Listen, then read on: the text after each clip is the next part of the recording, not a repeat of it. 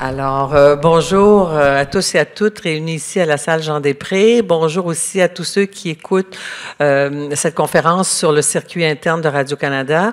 Il y aura enregistrement et le contenu sera disponible dans les jours à venir pour tous ceux et celles qui voudraient faire le rattrapage de ce contenu extrêmement riche que vont partager avec nous les professeurs et chercheurs de la chaire Raoul Dandurand.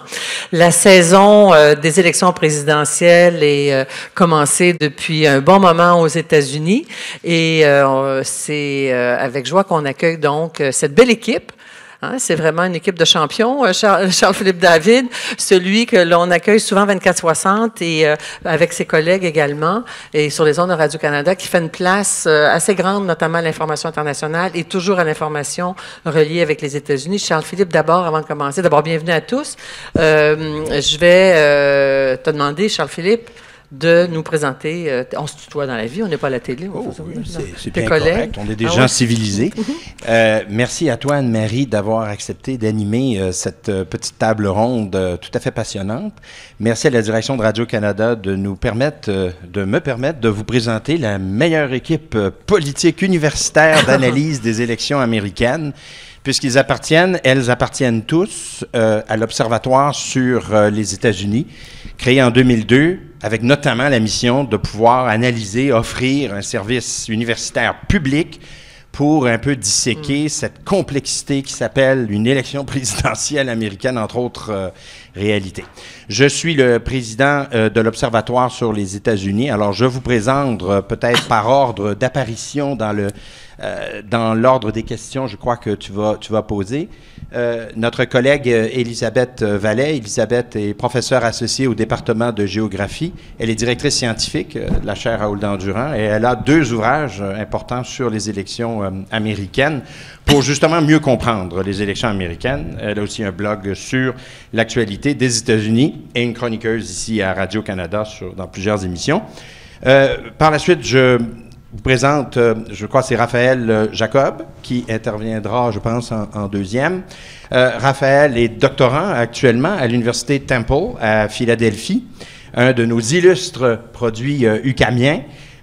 Et c'est un spécialiste notamment du comportement politique et bien sûr des élections américaines. Donc, il participera avec plaisir, je crois bien.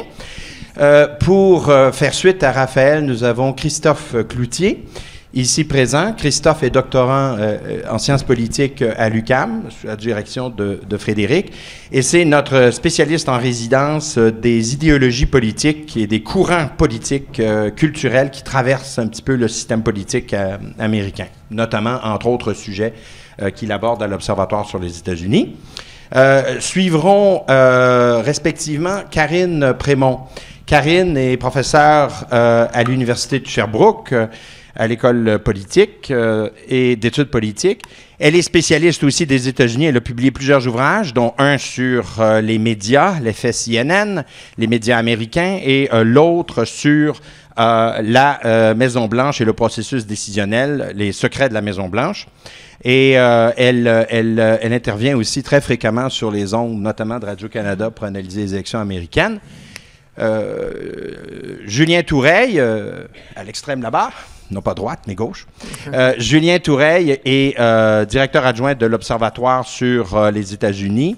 Il est docteur en sciences politiques et suit l'actualité américaine très souvent, notamment dans les aspects qui touchent la politique étrangère et de défense. C'est un spécialiste notamment des questions militaires. Donc, sur les interventions militaires, il commente fréquemment ce qui se passe dans le rôle des États-Unis dans le monde.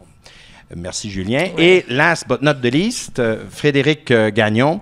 Frédéric est le directeur de l'Observatoire sur les États-Unis. Il est professeur de sciences politiques. Il est l'auteur, lui aussi, de nombreux ouvrages. Il a, entre autres, partage avec Claude Corbeau la mise à jour réactualisée de l'ouvrage de base que lisent nos étudiants sur le système politique américain.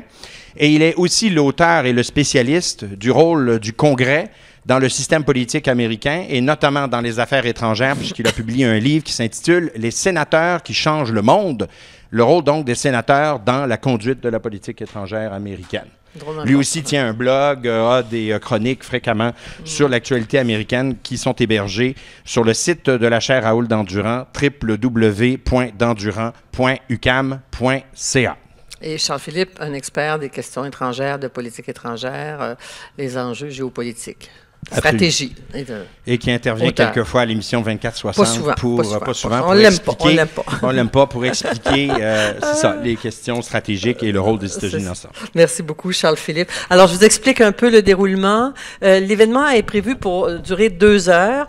Je pense qu'on va le ramener à 1h30. Donc, on en a jusqu'à 1h30 pour pouvoir prendre les questions. Je fais un premier tour de piste avec les invités. Questions rapides qui vont tisser la toile sur laquelle on va pouvoir discuter ensemble et en fonction des spécialités des unes et des autres. Et après, tout de suite à la salle. Et Elisabeth nous a donné un truc pour permettre aux gens qui écoutent sur le circuit interne de poser des questions, Elisabeth.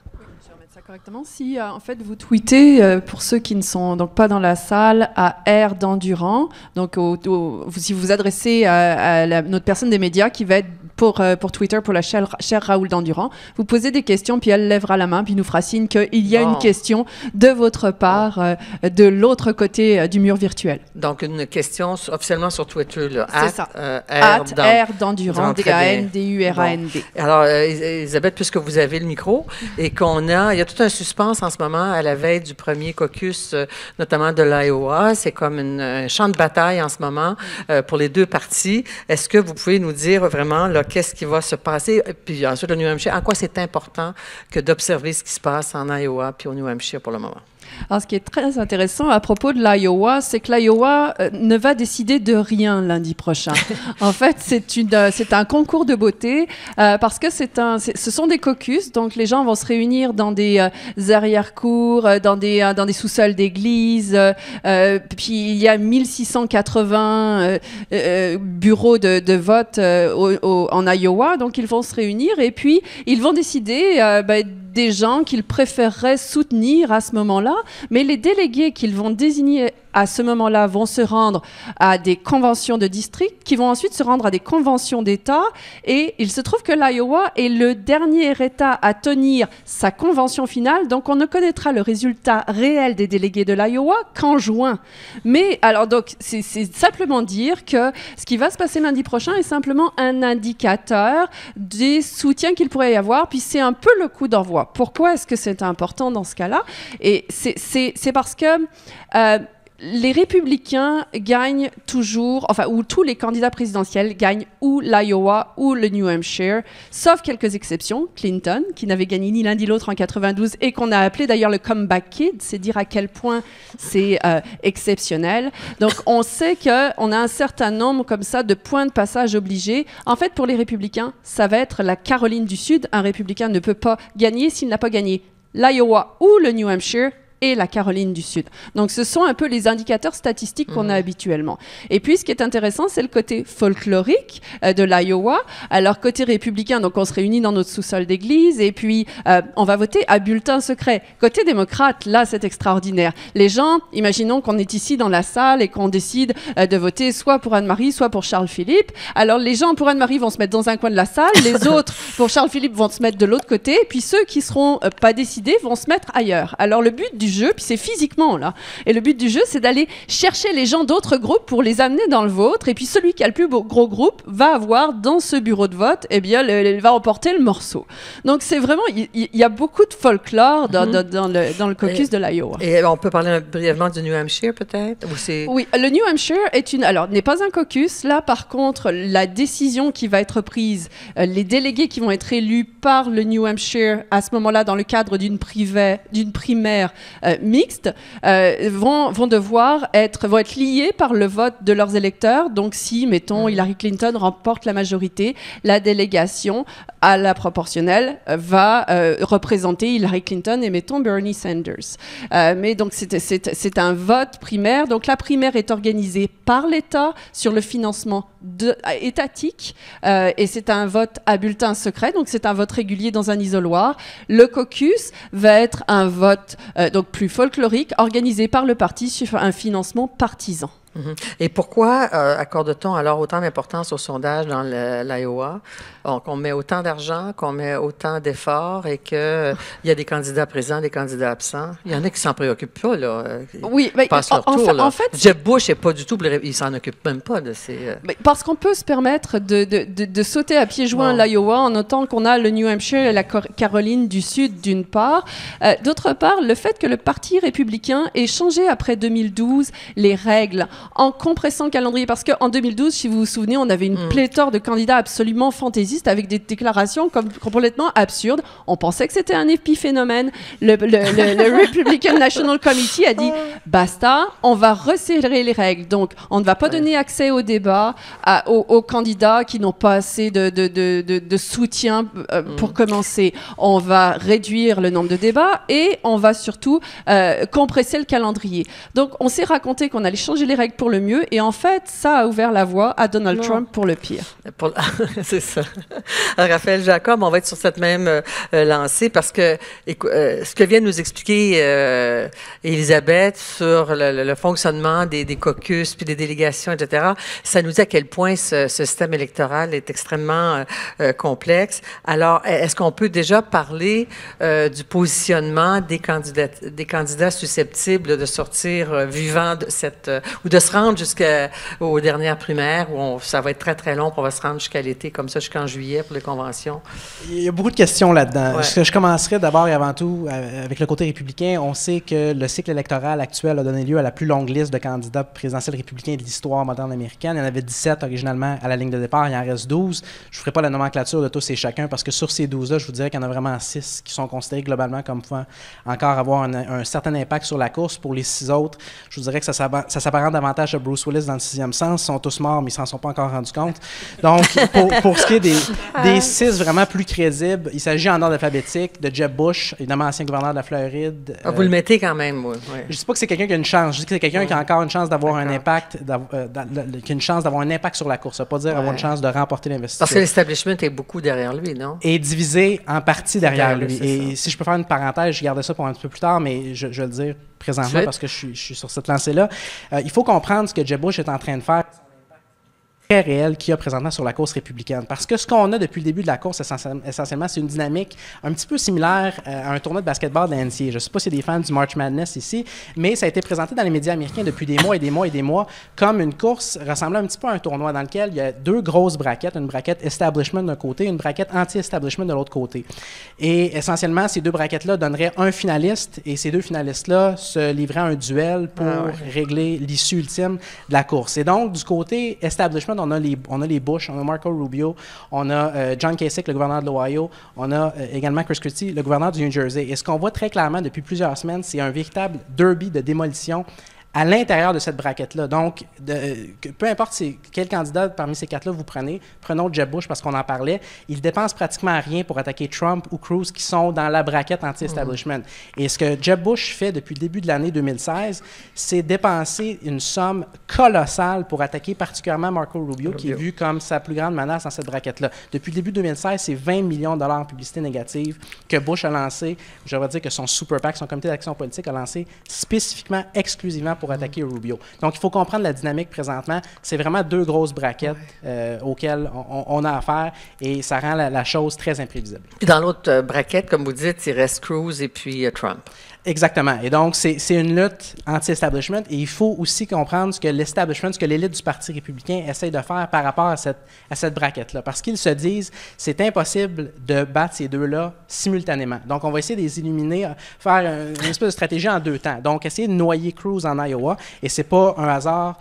Si vous avez vu des types comme Bob Dole, ancien sénateur, ancien candidat présidentiel, Trent Lott, ancien sénateur, ancien leader de la majorité républicaine au Sénat au début des années 2000, également Terry Branstad, le gouverneur actuel de l'Iowa, sortir publiquement pour condamner Ted Cruz. Ils n'ont pas endossé ou supporté un candidat spécifique. Tout ce qu'ils ont fait, c'est qu'ils ont sorti publiquement pour encourager les gens de l'Iowa à rejeter Ted Cruz. C'est pas un hasard. La stratégie derrière ça, clairement, c'est d'essayer de noyer Ted Cruz en se disant, s'il perd l'Iowa, ça va porter un coup extrêmement dur, voire fatal à sa candidature. Et une fois que lui est éliminé, il va seulement rester Trump dans cette autre braquette-là. Et il nous reste seulement à nous choisir un candidat derrière lequel nous, on va coaliser. 3 fois corrigé plutôt qu'une. Rendu, ça va être un duel 1-1 contre Trump qu'on a une chance de gagner. Je ne rentrerai pas tout de suite là-dedans parce que je ne veux pas prendre trop de temps, mais à mon sens, c'est une stratégie qui est extraordinairement risquée, mais c'est néanmoins la stratégie de l'establishment actuel du côté républicain. Oui, parce que vous n'éliminez pas au final que Trump soit le candidat de la Convention. Écoutez, j'aime pas... Puis là, on va tout réécouter ça au mois de juillet. En fait, je vous conseillerais de réécouter une émission 24-60. On va en faire. En fait, la rédactrice en chef est là, elle va pouvoir noter ça. Ce que je lui conseillerais de faire, c'est de retourner en arrière. Même pas besoin de se projeter en avant, de retourner en arrière à une de mes apparitions à 24-60 l'été dernier, lors de laquelle on m'a demandé justement c'était quoi les chances de Trump, et j'ai dit très clairement oui, il y a une chance de gagner. À ce moment-là, je pense que... De gagner l'investiture. De gagner l'investiture. Je ne tomberai pas dans l'élection générale tout de suite. Pas tout de suite, mais je vous dirais que pour moi, écoutez, il a annoncé sa candidature le 16 juin dernier. Le 17, j'ai donné une entrevue média, un autre média que je nommerai pas, et on m'a demandé est-ce qu'il y a une chance. J'ai dit oui. Tout le monde me prenait pour un martien à ce moment-là. 7 mois plus tard, je tiens encore le même discours. Est-ce que je vous dis qu'il va être le candidat républicain? Non. Mais je pense, comme je pensais il y a 7 mois, maintenant on est à 5 jours du premier vote, que oui, c'est possible. En tout cas, il a renoncé à l'idée d'être un candidat indépendant. Parlons rapidement des démocrates quand même, parce qu'il y a quand même pas mal moins de candidats. On aurait pu penser que l'élection prenait aussi un caractère historique, parce qu'on pourrait peut-être assister à l'élection pour la première fois d'une femme présidente. Les sondages sont beaucoup plus serrés que ça chez les démocrates, même en Iowa. M. Sanders prend du coffre. Est-ce que c'est est-ce qu'au final, ça pourrait favoriser Mme Clinton? Alors, positionnez-nous les... Très rapidement, parce que je ne veux pas trop empiéter sur ce dont Christophe va parler. Mais je vous dirais que c'est une course qui est également enlevante, mais c'est extrêmement différent de ce qu'on observe du côté républicain, non seulement à cause du nombre beaucoup plus restreint de candidats, mais également parce que l'establishment, dans le cas du Parti démocrate, est vraiment massivement et pratiquement de façon uniforme rangé derrière une candidate, évidemment, Mme Clinton. Donc, la pente à laquelle fait face Bernie Sanders, elle est considérable. Est-ce que ça veut dire qu'elle est impossible à monter? Non. Mais c'est une pente qui est très, très, très considérable. Et s'il devait remporter l'Iowa et le New Hampshire, évidemment, là, on tomberait dans beaucoup de spéculations, mais c'est difficile, très difficile de prédire actuellement, ça serait quoi l'impact sur la candidature de Mme Clinton? Parce que l'establishment du Parti démocrate à ce moment-là paniquerait. Et Dieu sait ce qui peut se passer à un moment de panique. Donc, ça serait très, très imprévisible. Ce que je vous dirais, par contre, c'est que si Mme Clinton est capable de gagner les premiers États, ou du moins la plupart des premiers États, j'ai personnellement beaucoup de misère à voir comment... On peut oser, parce que là, il me semble que les sondages que j'ai vus, c'était quand même plus favorable. Il y a une montée récente de Sanders. Oui. Mais c'est ça. Donc, si elle est capable de s'accrocher au fil de départ, personnellement, je maintiens toujours que c'est extrêmement difficile pour quelqu'un d'autre de la rattraper. Bernie Sanders, qui a 74 ans, puis qui disait à l'animateur de CNN au débat, c'était pas un débat, là, lundi, qui disait « We're all going on 75 ». Parce qu'il a 74 ans, il va avoir 75 ans, puis c'est pas grave d'avoir 74 ans, parce que donc le facteur de l'âge contre Mme Clinton, à ce moment-là, ne peut plus être un facteur. Et c'est pas le seul. C'est encore une fois le fait que le parti, l'élite du parti est vraiment rangée derrière sa candidature. La plupart des gens croient que c'est son tour. Alors, parlons de Mme Clinton, M. Cloutier, Christophe Cloutier. Qu'est-ce qui risque d'arriver pour elle? Parce qu'on évoque beaucoup ses squelettes dans le placard, le poids de son passé, de son mari. Oui, bien, comme le suggérait en quelque sorte Raphaël, le caractère de la candidature de Mme Clinton a quelque chose... on a beaucoup parlé d'inévitabilité, en fait, de la candidature de Mme Clinton, et ça depuis la réélection de Barack Obama en 2012. Il semble que lorsqu'on parle des démocrates, on disait toujours qu'il y a une seule candidate crédible, et c'est Hillary Clinton, surtout dans un parti comme le Parti démocrate, qui aime beaucoup être le parti des premières historiques. Après avoir été le premier parti à présenter un candidat afro-américain, devenir le premier parti à présenter une femme pour éventuellement accéder à la Maison-Blanche, avec quelque chose de tout à fait attrayant pour le Parti démocrate, sans compter que Hillary Clinton, avec son CV, avec son expérience politique, était et toujours sans contredit la personne la plus qualifiée à présenter sa candidature pour le poste de président depuis au moins George Bush père en 1988.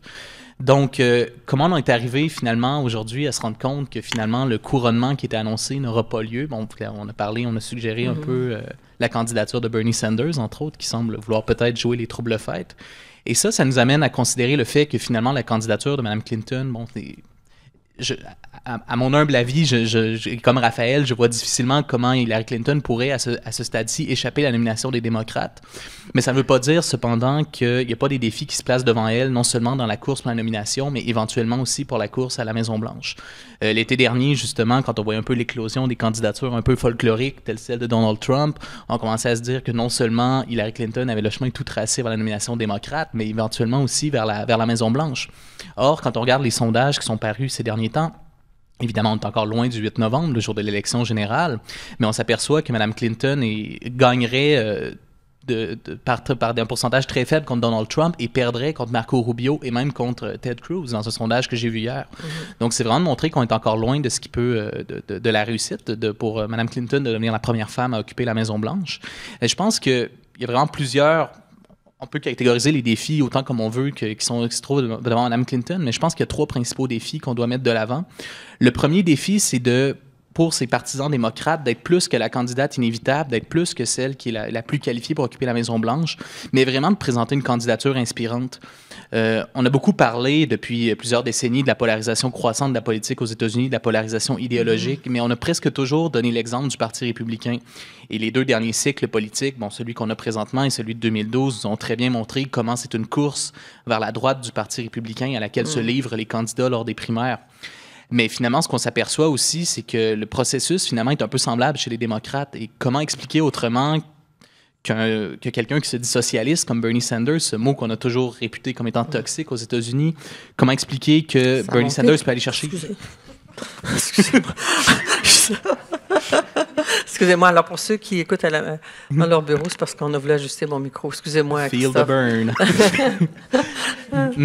Donc, comment expliquer autrement que Bernie Sanders peut cartonner, sinon par un désir des électeurs démocrates d'avoir un programme résolument progressiste et de ne plus se contenter finalement... Donc, il nourrit, au fond, finalement, Hillary Clinton plutôt que de la... à tout le moins, il force Hillary Clinton à se cantonner sur des enjeux de gauche et en fait de remettre en question finalement le côté progressiste de Mme Clinton, parce que c'est vraiment un problème qui est autour de la candidature de Mme Clinton, et c'est un peu paradoxal étant donné qu'elle est sur le devant de la scène politique depuis 25 ans, c'est qu'on a beaucoup de difficultés à la placer idéologiquement au sein du Parti démocrate. Certains vont dire qu'il est à la droite du parti, en prenant notamment par exemple son vote sur la guerre en Irak lorsqu'il était au Sénat. Plusieurs vont dire qu'il est plus centriste. Il y en a également qui vont vous dire également qu'il est à la gauche du Parti démocrate, mais on ne le sait pas en fait, et c'est vraiment quelque chose... Elle doit prendre acte, à mon avis, du tournant un peu à gauche qu'a pris l'électorat démocrate et de finalement pouvoir présenter des programmes résolument progressistes. Ça, c'est pour le premier point. Il faut qu'elle soit une candidate inspirante, les 2 autres. Le deuxième point serait, je vais passer un peu plus brièvement sur les 2 autres points, mais il y a peut-être la question de l'image aussi, particulièrement lorsqu'on va arriver dans l'élection générale. Donc, évidemment... Pour remporter une élection, elle ne peut pas se contenter seulement de séduire les électeurs démocrates, doit également chercher les électeurs indépendants qui représentent grosso modo un tiers des électeurs aux États-Unis. Et Hillary Clinton, en fait, son image n'est pas catastrophique auprès des indépendants, mais on se rend compte que les événements des dernières semaines, des derniers mois, ont un peu terni son image, qu'on évalue à peu près 40% positive chez les électeurs indépendants. Par exemple, la question, est-ce qu'on peut faire confiance à Mme Clinton? À cause des fameux courriels? Les fameux courriels, notamment. Donc, on se demande, est-ce que Hillary Clinton dit la vérité au peuple américain? Est-ce que c'est quelqu'un à qui on peut faire confiance? La question aussi de la proximité. On l'a assez dit depuis le début des élections, comment les Américains s'attachent pour des candidats qui sont loin de l'establishment. Or, Hillary Clinton, qui est sur le devant de la scène politique depuis 25 ans, comment se présenter comme une candidate proche de la population américaine?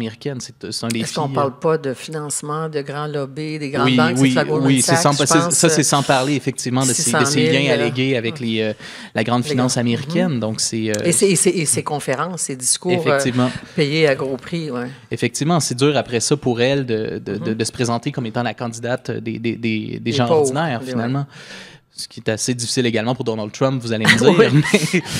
Mais le populisme... et donc, le troisième point... Et je conclurai tout simplement en disant que, évidemment, et ça, c'est peut-être plus au niveau des impondérables, mais c'est d'échapper, évidemment, à son passé, un peu Hillary Clinton. Comment vont ressurgir les questions?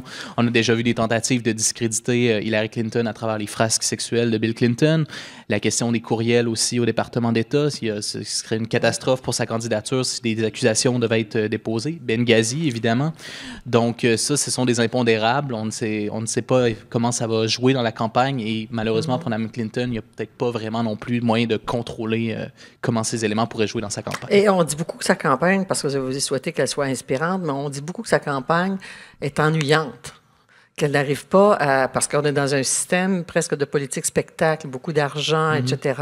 Sa visibilité... C'est à côté de Trump. C'est ça, c'est à côté de Trump, c'est sûr. Mais donc, elle a un défi aussi de ce côté-là. Elle joue beaucoup la carte de sa mère, de la femme qui s'est... résiliente, qui s'est construite, etc. Là, effectivement. Au niveau de l'image. Bon. Alors, on va aller du côté maintenant de Karine Prémont. On a évoqué les personnalités, mais ces gens-là se battent sur des idées, mais aussi sur des enjeux. Quels sont les enjeux qui risquent de rebondir ou d'influencer les discours, en tout cas du côté des deux partis ou des principaux candidats? Bien, en fait, c'est un peu cliché de le rappeler, mais je pense que tout nous ramène au mot d'ordre de la campagne présidentielle de Clinton en 92, « The economy is stupid », n'est-ce pas? Et ça demeure, ça nous rappelle à chaque fois à quel point c'est l'état de l'économie qui pèse dans la décision des électeurs. Et en 2016, c'est la même chose, « It's still the economy », parce que c'est la préoccupation principale de 90% des électeurs américains. Parce qu'il faut se rappeler que si les indicateurs économiques globaux sont plutôt bons, en tout cas, ils sont assurément meilleurs qu'en 2012, ça c'est assez clair, les conditions de vie des Américains, elles, n'évoluent pas beaucoup, stagnent depuis plusieurs années et n'ont pas retrouvé le niveau d'avant la crise, si on veut. Alors, quand on regarde ces incertitudes économiques-là, ce qui est intéressant de comprendre pour cette année, pour l'élection de cette année, c'est à quel point l'économie, en fait, va venir complexifier d'autres enjeux, va venir s'amalgamer à d'autres enjeux. Donc, aux incertitudes économiques, il faut ajouter une méfiance face à l'immigration. Il faut aussi ajouter une perception selon laquelle le gouvernement fédéral abuse de ses pouvoirs ou, au contraire, est tout à fait incompétent pour aider les gens et tout à fait dysfonctionnel. Alors, quand on met tout ça ensemble, évidemment, on peut comprendre peut-être l'état des électeurs américains. Et ceux qui sont les plus pessimistes, ceux qui sont les plus méfiants, ceux qui sont les plus désabusés, ce sont les middle Americans, ce sont les citoyens américains de la classe moyenne, d'âge moyen, surtout des hommes, en fait, qui considèrent qu'ils sont ceux qui ont le plus perdu avec la crise. Ils ont le plus perdu au profit de qui? Ben, c'est ça un peu la clé d'élection. Tout va dépendre de la réponse à cette question-là. Certains pensent qu'ils ont le plus perdu au profit des millionnaires, des milliardaires, alors ils seront attirés à ce moment-là par Sanders. D'autres pensent que c'est la faute aux immigrants, que c'est la faute aux minorités, alors ils vont aller peut-être davantage vers un discours à la Trump. D'autres pensent que c'est le système fédéral ou les politiciens qui les ont abandonnés. C'est un peu le discours de Cruz, de Rubio, par exemple. Ou d'autres vont, comme d'habitude, je vous dirais, mettre la faute sur les présidents antérieurs. Donc, c'est un peu le jeu des Clinton et des Bush. Et donc, tout ça est très intéressant parce que ça devient difficile d'isoler lequel de ces facteurs-là va compter davantage. Mais je pense que c'est le groupe d'électeurs qu'il faut surveiller le plus. Et quand on gratte un peu, et moi, c'est ça qui m'intéresse toujours de gratter un petit peu, vous vous en doutez, quand on gratte un petit peu, on se rend compte que c'est pas tellement l'immigration le problème, même si le statut des immigrants clandestins, là, on pourra éventuellement y revenir, mais c'est perçu comme un problème. Ce qui est intéressant, c'est de voir qu'il y a surtout un malaise identitaire qui se cache derrière cette crainte-là. On sait que la proportion de l'électorat blanc aux États-Unis non hispanophone diminue.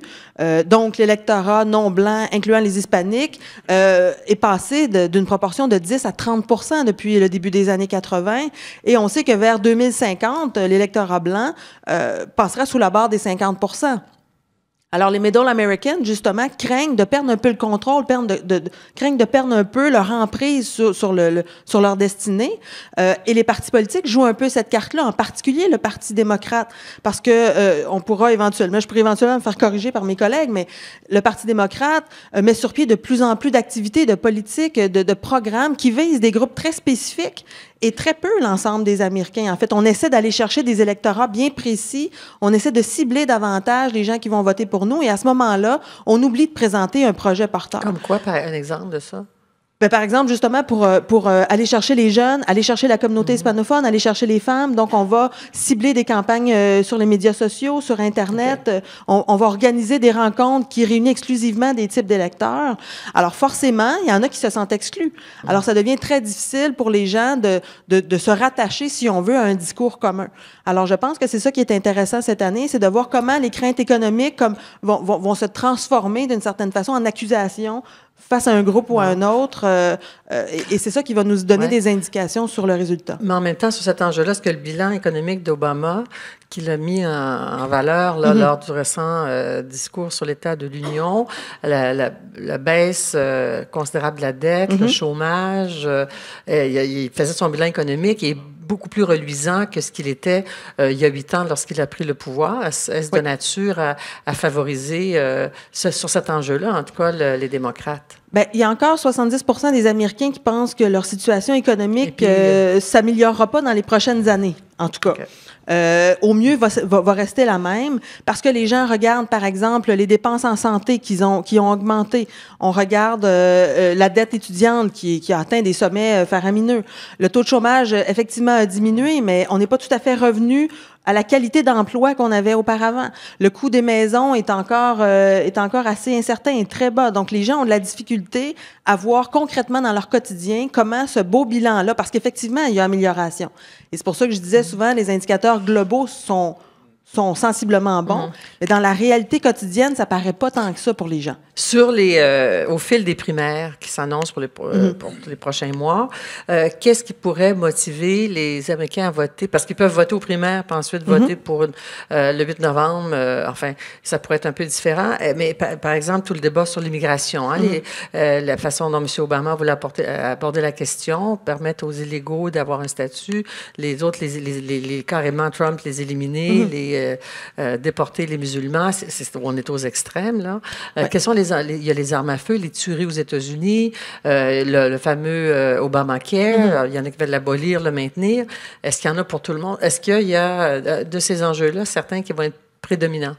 Mais je vous dirais que pendant les primaires, la question de l'immigration pourrait être assez importante parce que, justement, ceux qui se sentent désabusés, ceux qui se sentent ceux qui se sentent négligés par le système, pour le dire simplement, pourraient à ce moment-là être tentés de trouver un bouc émissaire assez facilement. Et plus, évidemment, il y a de candidats républicains qui sont en lice, bien, plus les candidats vont tenter de se démarquer sur ces questions-là. En même temps, la question de l'immigration pourrait être réglée plus rapidement qu'on pense, c'est-à-dire qu'il ne faut pas oublier que la Cour suprême va se pencher sur un décret d'Obama au début de l'été pour évaluer cette idée d'accorder des permis de travail aux gens aux immigrants qui sont aux États-Unis depuis 5 ans. Ou qui ont un enfant qui est né aux États-Unis. Alors, à ce moment-là, si la Cour suprême devait entériner cette décision-là, ça pourrait peut-être couper l'herbe sous le pied des républicains. Et au contraire, si la Cour suprême abolissait ce décret-là, bien évidemment, là, ça permettrait aux républicains, encore une fois, de faire un peu de millage là-dessus. Pour le reste, les armes à feu, les tensions raciales, les trucs peut-être un peu plus spécifiques, c'est souvent le législatif qui doit porter ça. Et c'est peut-être intéressant d'en parler pendant les primaires, mais je suis pas certaine que c'est ça qui fait la différence à ce stade-là de l'élection. Très bien. Puis avec ce que vous savez de la Cour suprême, ça va pencher de quel bord? Une petite prévision aussi qu'on va voir au mois de juillet.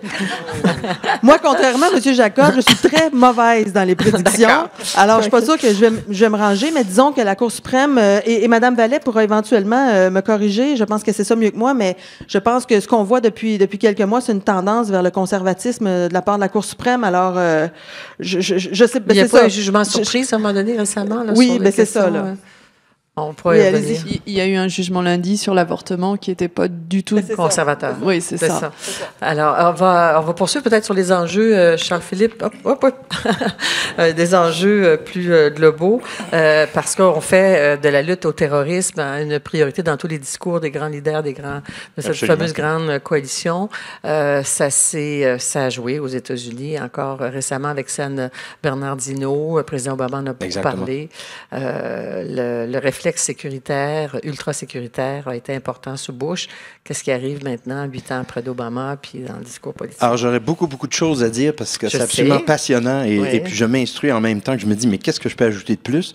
Je dirais pour Karine, elle a raison, à l'instar de Clinton, « It's the economy, stupid. That's right. » Mais il y a quand même, depuis 2001 aussi, et je pense que ça va évidemment, tu me vois venir, jouer énormément dans cette campagne électorale, it's the security, stupid. Et dans le cas, par exemple, j'ai consulté les derniers sondages de Real Clear Politics dans le cas des deux premiers, donc le caucus de l'Iowa et la primaire du New Hampshire, et la sécurité est presque au sommet de la même manière que les enjeux économiques comme préoccupation pour les Américains. Je dirais c'est le joker. Tu as évoqué San Bernardino. Durant cette longue campagne électorale, quels autres événements Alors, j'aurais le goût de dire, il y a tellement de choses à dire, j'aurais le goût de dire la surprise d'octobre, une expression consacrée dans le langage politique et électoral américain, qui est toujours le joker qui arrive non annoncé dans une campagne électorale et qui change l'allure d'une campagne. Là, dans ce cas-ci, je dirais le réflexe sécuritaire ou bien it's the security stupid, c'est quels autres événements vont arriver en cours de chemin entre maintenant et novembre pour faire dévier de sa course les campagnes électorales, amener dans le débat électoral cet enjeu sécuritaire, parce que c'est probablement l'enjeu tellement le plus préoccupant, celui de la sécurité pour les Américains, que lorsqu'il se passe quelque chose aux États-Unis ou il se passe quelque chose à l'étranger, ça a une répercussion immédiate, ça a un impact immédiat sur la campagne électorale. Et les médias jouent évidemment énormément là-dessus, sur ce danger, ce risque sécuritaire. D'ailleurs, prenez pour exemple, ce sera mon deuxième point, tout le débat qui entoure la stratégie d'Obama, évidemment, en Syrie et en Irak pour contrer le groupe armé État islamique. Cet appui à Obama a fléchi, notamment après San Bernardino. Donc, vous voyez le lien qu'il y a entre un événement, on va dire, local, important, et un événement international. C'est cette répercussion ou cette interprétation de ce que fait le président des États-Unis pour assurer ou non mieux la sécurité des Américains. On le trouve beau, en fait. Les réactions de Trump ont été, à cet égard-là, un game changer. Quand il a dit, moi, ma réponse, ça serait tout simplement d'interdire aux musulmans d'entrer aux États-Unis. Ça a été énorme, mais ça continue d'avoir des répercussions épouvantables, si bien d'ailleurs qu'il ne sera peut-être même pas admis en Grande-Bretagne pour y aller faire un discours à cause de ça. Donc, je dirais ça, cet aspect sécuritaire, le débat sur l'Irak et la Syrie, le débat sur la stratégie américaine face à l'île va être probablement, avec l'économie, l'un des principaux débats, à mon avis, et là où les candidats vont s'affronter très vigoureusement. Imaginez un peu Mme Clinton contre Trump sur ce sujet-là. Il n'y a pas de doute. Je voudrais dire un mot en terminant, mon troisième et dernier point. C'est comme si tu avais fait ton choix, toi, ça va être Clinton et Trump. Ben, je pense que je vais répondre. Il voulait pas le dire, mais je vais répondre comme une institution radio-canadienne si la tendance se maintient. Je pense à cet égard-là, et là je fais une parenthèse, je reviendrai à mon troisième point, que l'Iowa c'est important, le New Hampshire c'est important, pas tant dans le décompte, ils connaissent ça mieux que moi des délégués, mais en termes de visibilité, en termes de projection de l'image du gagnant.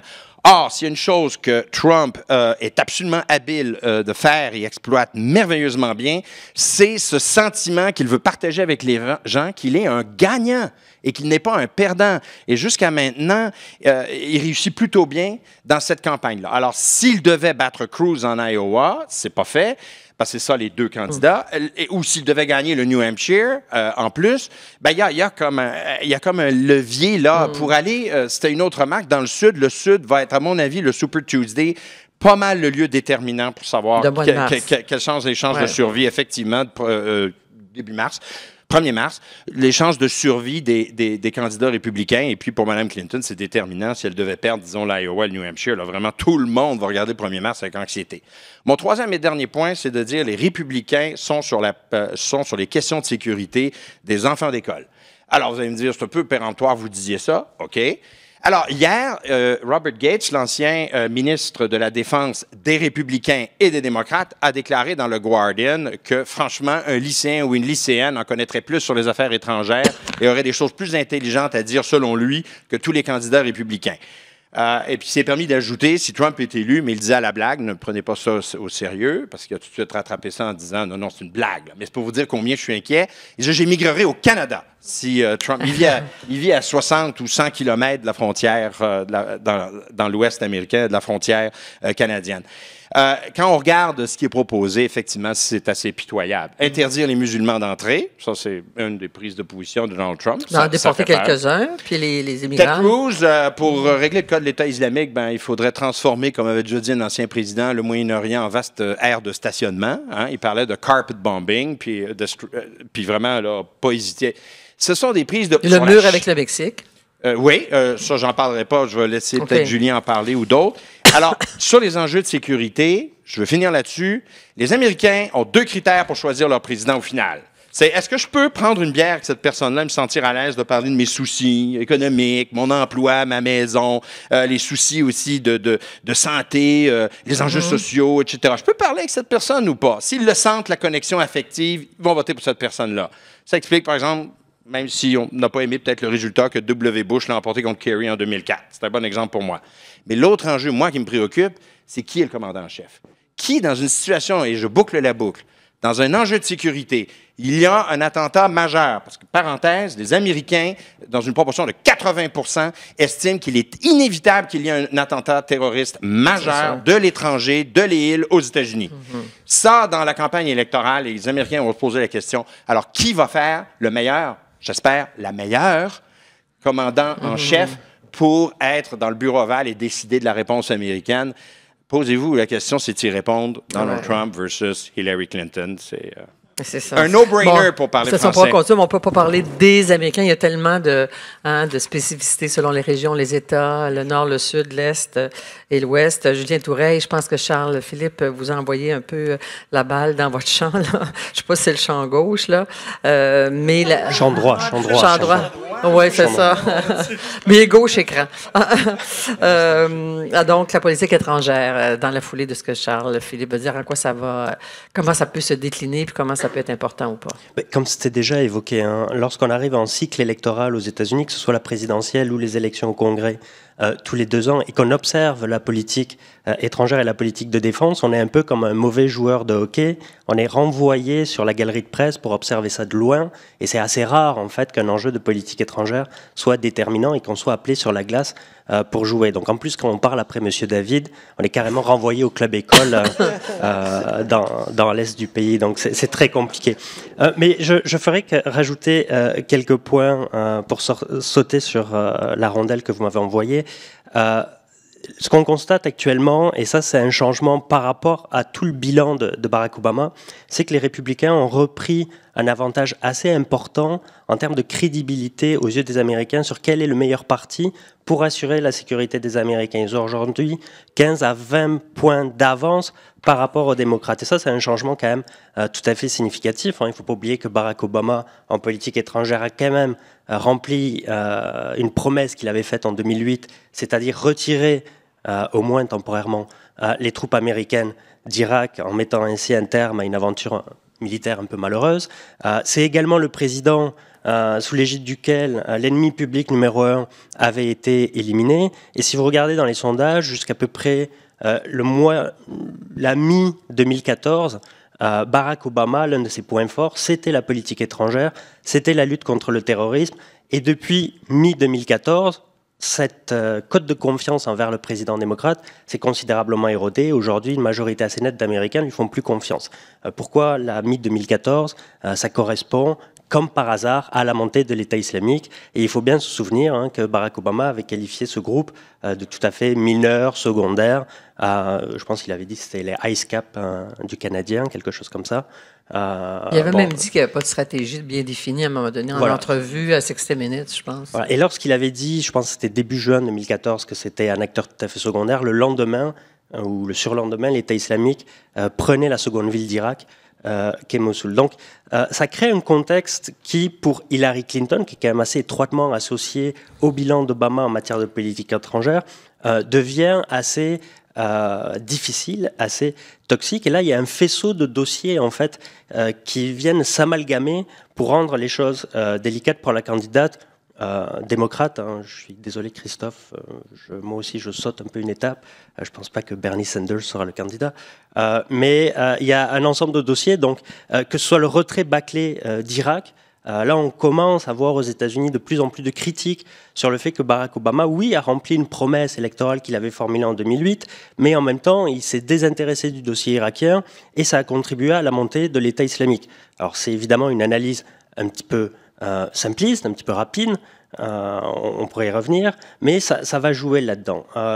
La non-intervention en Syrie également peut jouer contre lui face à des candidats ou des acteurs politiques qui se montrent un petit peu plus fermes et beaucoup plus volontaristes dans leur idée d'utiliser l'arsenal militaire américain. Bon, il y a Benghazi qui a été évoqué tout à l'heure, notamment si Mme Clinton donc, est la candidate. On sait que les républicains aiment beaucoup ce dossier, vont essayer de le réutiliser, vont peut-être encourager, comme ils l'ont déjà fait, leurs partisans à aller voir ce film qui est sorti au début de l'année. Alors par chance pour Mme Clinton, je pense que c'est pas un gros succès. Il n'y a que M. David et moi qui l'avons aimé le film en fait. Mais bon, elle n'est pas trop attaquée, Mme Clinton, là-dedans. Donc ça devrait aller, évidemment, la montée de l'État islamique. À côté de ça, il y a d'autres enjeux. Bon, tous ces dossiers, on peut les regrouper sous l'enjeu numéro 1, qu'on pourrait qualifier crédibilité dans la lutte contre le terrorisme. D'accord ? Et encore une fois, actuellement, le Parti démocrate semble souffrir d'un certain désavantage. Après, vous avez 2 dossiers que je peux commencer par citer, puis on pourra en parler un petit peu plus. Le dossier de l'Iran, qui risque de revenir. On sait que depuis quelques jours, je pense depuis samedi, l'accord qui a été signé en juillet dernier est concrètement mis en œuvre. Alors ça, c'est une surprise, parce qu'aux États-Unis, on ne s'attendait pas à ce que les Iraniens aillent aussi vite dans la mise en application des conditions fixées dans l'accord. On s'attendait à ce que l'accord rentre concrètement en application au cours de l'été. En 2016, les Iraniens ont bien fait leur devoir, donc l'accord est en vigueur déjà.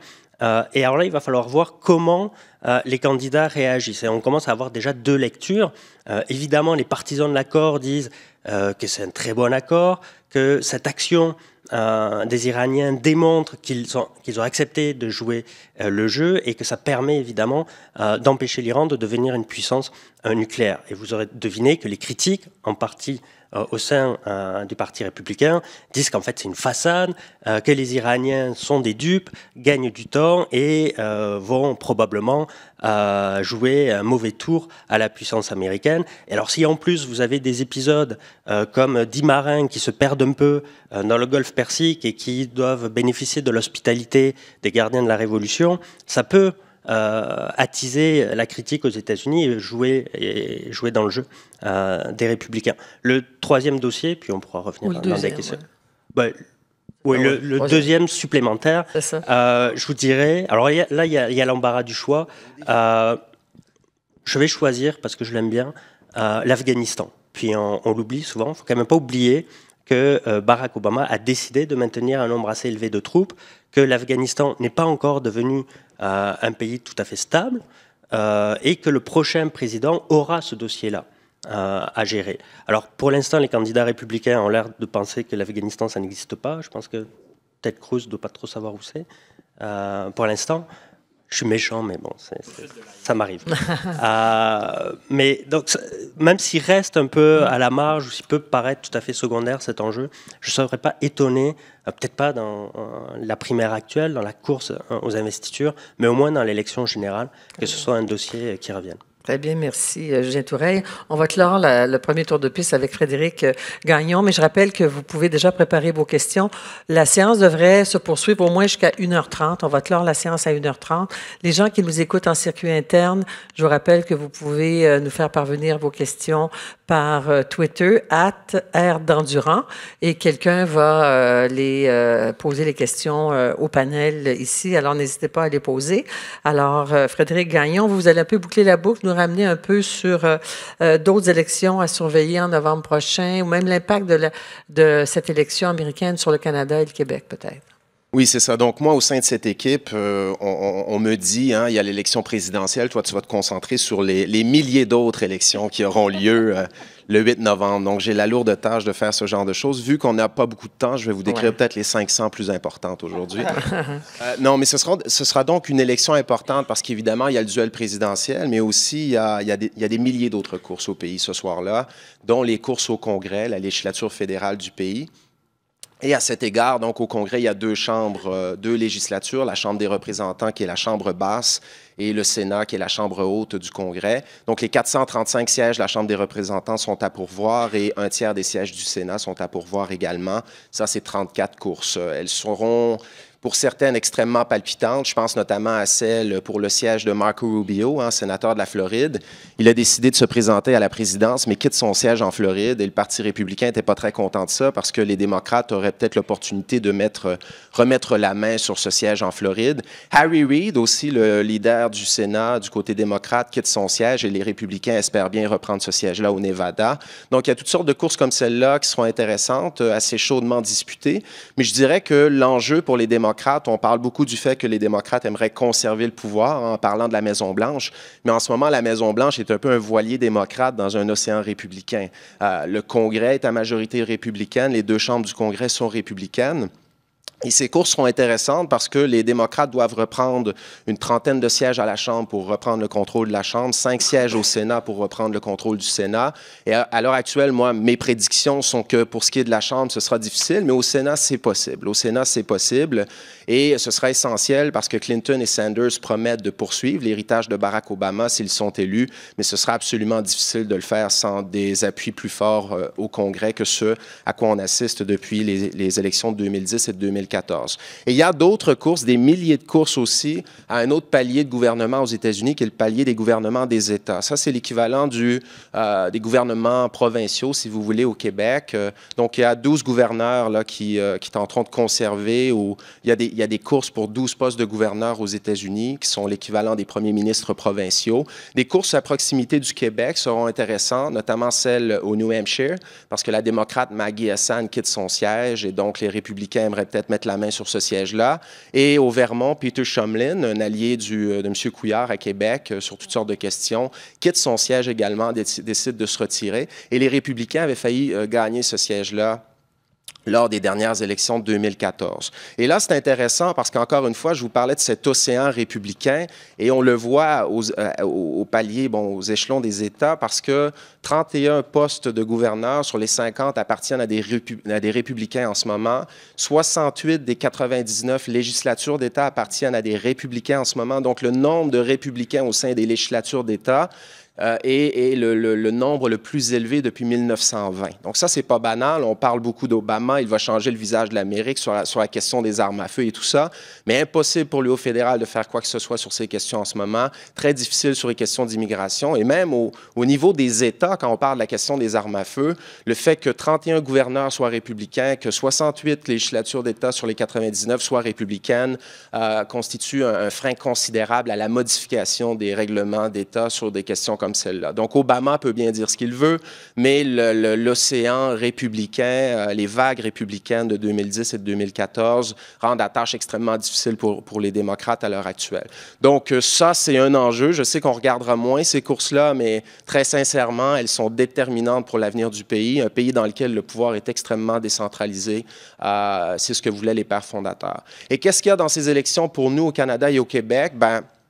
Encore là, je vais parler de ces courses parce que je suis d'avis que lorsqu'on se pose la question « What's in it for us, for Canadians and Quebecers », on ne regarde pas au bon endroit quand on se concentre sur l'élection présidentielle. On parlera très peu du Canada et du Québec lors de ces courses-là, lors des primaires. On a parlé un petit peu du Canada quand Scott Walker, le républicain, a dit « Il y aura un mur entre le Canada et les États-Unis ». Il n'est plus dans la course, je vous rassure. Ted Cruz parle du Canada parce qu'il dit que, pas Ted Cruz, mais Donald Trump parle du Canada parce que Ted Cruz est né au Canada, puis c'est peut-être un problème pour l'accession à la présidence. Marco Rubio, en ce moment, dit « Je reviendrai sur la décision d'Obama sur la question de Keystone », mais si vous voulez savoir ce qu'on dit à propos du Canada et du Québec, vous devez vous concentrer sur ces courses locales dans des États voisins du Québec, du Canada, près de la frontière. Et s'agissant du Québec, c'est dans l'État de New York, au New Hampshire, au Vermont et dans le Maine où ça se passe. Et en 2014, on a vu ça. Dans l'État de New York, on a beaucoup... il y avait des élections au Congrès, élections locales pour ces postes-là, pas élections présidentielles. Mais en 2014, j'étais sur le terrain, j'ai fait des entretiens avec des équipes de campagne démocrates et républicaines parce que de ce côté-ci de la frontière, on dit on ne parle jamais de nous lors des élections américaines. Mais c'est faux, c'est juste qu'on regarde au mauvais endroit. Et dans ces courses locales-là, on faisait des entretiens dans la 21e circonscription de l'État de New York. On nous disait « Lac mégantic, pour nous, absolument essentiel parce que cette catastrophe-là a changé notre conception du transport de pétrole par train. On a peur qu'un lac mégantic se produise à Plattsburgh, New York, à Willsboro, New York, à Albany, New York. Gros enjeu dans la course pour le poste de gouverneur en 2014. Au Vermont, le projet Addison-Rutland était un gros enjeu. Le projet Addison-Rutland, c'est un oléoduc de gaz naturel qui permet à Gaz Métro, une compagnie québécoise, de distribuer du gaz naturel produit en Alberta au Vermont. Puis on veut étendre le projet de l'Oléoduc pour le faire passer sous le lac Champlain. Et ça, c'est un gros enjeu.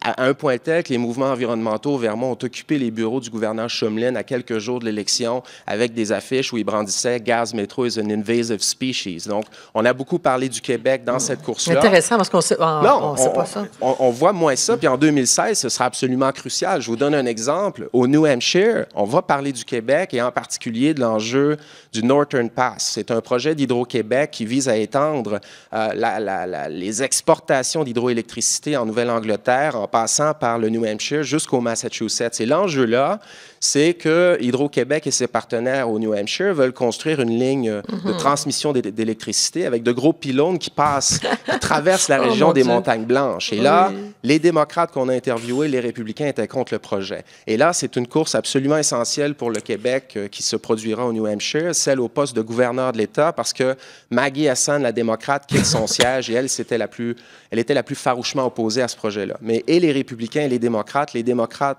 dans une plus grande, de manière un petit peu plus évidente, s'opposaient à ce projet. Et au Maine, en 2014, c'est intéressant, on a parlé beaucoup de sécurité frontalière et on pourrait en parler en 2016 encore une fois dans ces courses-là. Lorsqu'il y a eu les attentats de Saint-Jean-sur-Richelieu et Ottawa, on était à quelques jours des élections de 2014 et au Maine, il y avait une course pour le poste de gouverneur. D'ailleurs, Paul Lepage, le gouverneur républicain, est un chouchou du Tea Party, ça c'est pas très loin du Québec, donc les républicains peuvent remporter des sièges dans ces États-là aussi. Parfois, ils sont très conservateurs. Mais on a beaucoup parlé de sécurité frontalière au Maine à ce moment-là parce que, par exemple, la candidate à la sénatoriale Susan Collins, qui est sénatrice, elle a dit, sur les questions frontalières, dans les débats télévisés, il y a une question, Ottawa, qu'est-ce que ça change pour nous au Maine? Et Susan Collins a dit ça mot pour mot, sur les questions de sécurité frontalière, s'agissant de cette crainte que des terroristes traversent la frontière pour nous attaquer, je suis plus inquiet de la sécurité à la frontière entre le Canada et les États-Unis que de la sécurité entre les États-Unis et le Mexique. Donc, on parle de nous, mais il faut regarder au bon endroit et ces courses-là seront absolument essentielles pour cette raison. Grâce à vous. Merci, Frédéric. Ça donne des bons sujets de reportage là-dedans, là. Des bons sujets. Alors, je vous invite on pourra continuer d'échanger pour la prochaine demi-heure à poser vos questions en la ciblant bien aux panélistes. Et puis, vous êtes les bienvenus pour les poser. J'espère qu'il y en a. Est-ce qu'il y en a qui rentrent par Twitter, des questions? Non plus? Bon. Alors, on peut continuer. Je vois qu'il n'y a personne au micro. Alors, je pense qu'on n'a pas tout dit, mais on peut continuer. Mais c'est pas que la gêne l'emporte. S'il y a des... Oui, très bien, Marc. C'est passionnant. Bonjour, bonjour. Merci. C'est vraiment extrêmement intéressant les propos que vous tenez ce midi. Dimanche dernier, dans le New York Times, on voyait Michael Bloomberg qui lançait un coup de sonde, je pense, en disant que si c'est Sanders qui représente les démocrates, il va se lancer comme indépendant. Alors, qu'est-ce que vous en pensez de ça? Alors, lequel veut Raphaël? Bien, écoutez, je vais un petit peu citer, ou j'aimerais dire paraphraser Marco Rubio, qui a été interrogé lui-même dimanche à la chaîne Fox News là-dessus. Et ce qu'il a dit essentiellement, ça revenait à dire que, écoutez, c'est facile de parler, de se lancer dans une course présidentielle, c'est toute autre chose de le faire. Et aux dernières nouvelles, Michael Bloomberg n'est pas un candidat. Donc, ça, je pense que c'est la première chose qu'il faut dire. Deuxième chose, et ça, c'est un secret de polichinelle, je pense que je vais apprendre rien à personne ici, c'est extraordinairement difficile pour des raisons structurelles très évidentes aux États-Unis, pour un tiers parti, pour un candidat indépendant, de percer au niveau présidentiel. En fait, c'est du jamais vu dans l'histoire moderne américaine. Même le candidat qui a le mieux fait au courant pratiquement du dernier siècle, c'était Ross Perot en 92. Il est allé chercher seulement 19% du vote. Et je rajouterais rapidement qu'il faut comprendre que quand on parle d'élection présidentielle américaine, on ne parle pas d'aller gagner le vote populaire. On parle d'aller gagner le collège électoral. Et pour gagner le collège électoral, il faut gagner des pluralités dans des États. C'est extraordinairement difficile, pour ne pas dire pratiquement impossible, d'imaginer quels États, sur les 50, un type comme Bloomberg irait chercher. Et dernière petite chose, très rapidement, avec je dirais le vent, c'est plus qu'un vent, c'est une tornade anti-establishment des deux côtés qu'on voit depuis des mois, autant du côté démocrate que du côté républicain. On parle de Trump beaucoup, évidemment populiste, mais il ne faut pas oublier Sanders. Il ne faut pas oublier que Bernie Sanders dit lui-même qu'il essaie de faire appel à certains des électeurs de Trump. Donc, il y a vraiment une écœurite aiguë, vous me pardonnerez l'expression, envers l'establishment. Un type comme Michael Bloomberg représente l'élite financière et l'élite culturelle, c'est le type le plus establishment que vous ne pouvez pas avoir. C'est le pire fit, je vous dirais, pour une élection que je ne peux pas imaginer. Donc, si jamais il était assez fou pour se lancer, ça pourrait avoir un impact sur la course, mais cet impact-là, pour moi, c'est impensable que ça serait une victoire de Michael Bloomberg. Mais il pourrait avoir un impact, ça, c'est sûr et certain. Si une jamais victoire de Bloomberg, ça favoriserait qui? Bien, la plupart des journalistes, présentement, vous disent que ça serait divisé. Pour moi, c'est très évident que ça nuirait de beaucoup plus aux démocrates qu'aux républicains. Ouais. Parce que ce type-là, écoutez, il s'est présenté comme républicain pour être maire en 2001, succédait à Rudy Giuliani, mais c'était vraiment de la frime. C'était un démocrate, il a changé de parti pour améliorer ses chances d'être élu. Rendu en 2007, il a changé de parti, il est devenu indépendant. Et quand vous regardez le programme politique de ce type-là, il n'y a à peu près rien de républicain, là. Donc, je pense qu'il retirait beaucoup plus à gauche et il va avoir une pression absolument énorme qui va être mise, et soit dit en passant, il avait publiquement supporté le président Obama dans sa réélection de 2012. Donc, il va y avoir une pression absolument énorme qui va être mise, je pense, par les bons du Parti démocrate si ce type-là semble vraiment se lancer dans la course pour qu'il ne se mouille pas. Donc, je pense que c'est vraiment pas chose faite. Présentement, ça donne un sujet intéressant de conversation, mais actuellement, c'est rien de plus, du moins en ce qui me concerne. Je pense qu'Elisabeth voulait ajouter quelque chose sur le système électoral. Oui, sur le système électoral. Je pense que l'élément le plus important lorsqu'on a commenté ou a discuté du système électoral américain, c'est de réaliser à quel point, et Frédéric a mentionné l'idée que c'est décentralisé.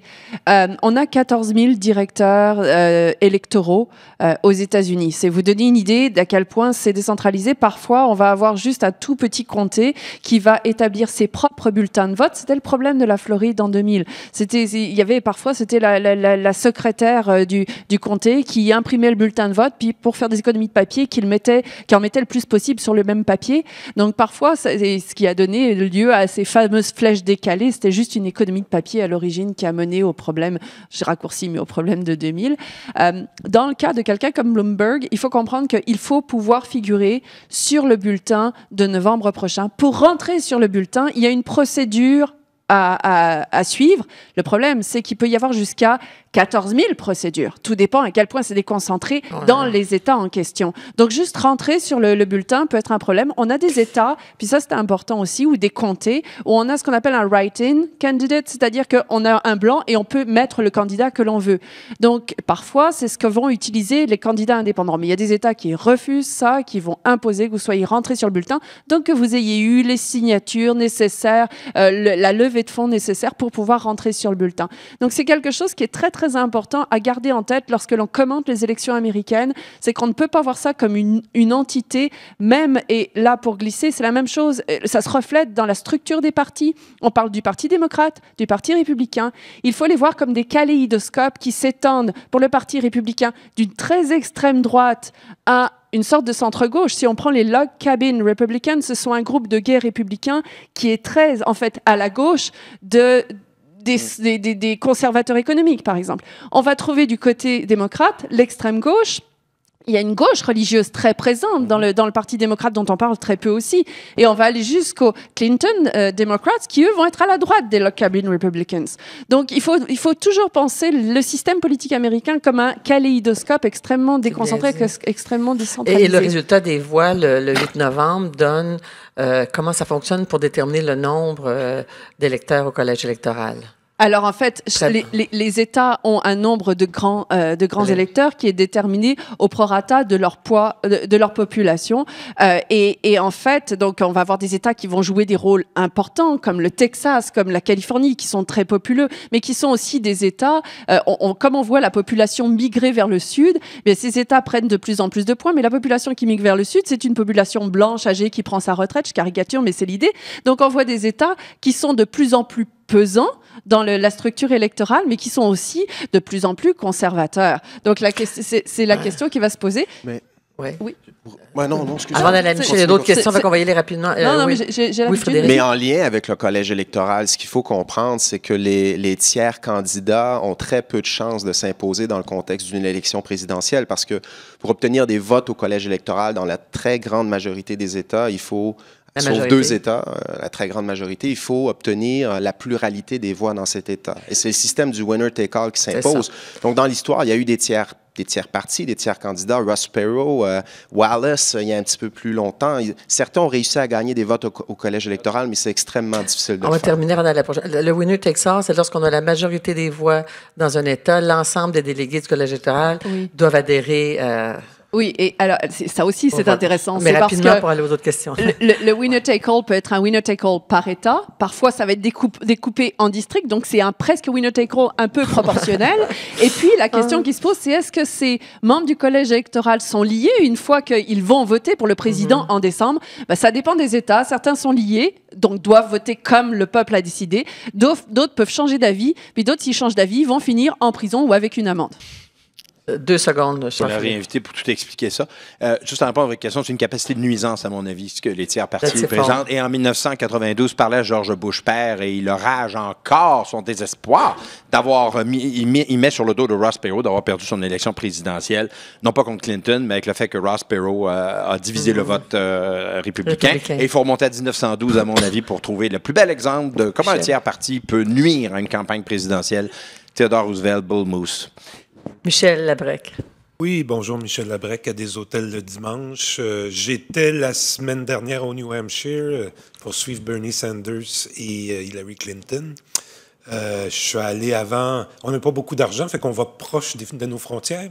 Je suis allé voir Donald Trump à Burlington, au Vermont. J'ai passé un grand moment, je dois dire. Divertissant, peut-être inquiétant aussi. Bon, on est entre nous... On ne dirait pas des choses comme ça à la radio, mais on a le droit d'avoir un peu nos petites opinions personnelles. Là, j'ai perdu, parce que là, je vous écoutais parler juste avant, puis ça me fait penser à, c'était pas ma question du tout, mais Ralph Nader, on pourrait dire aussi, qui a fait perdre Gore en 2000, hein, au fait. Et à partir de ça, je voulais juste d'abord vous dire que en tout cas, je partage beaucoup à travers le terrain ce que vous avez dit sur les hommes blancs inquiets qui ne savent pas trop quoi faire.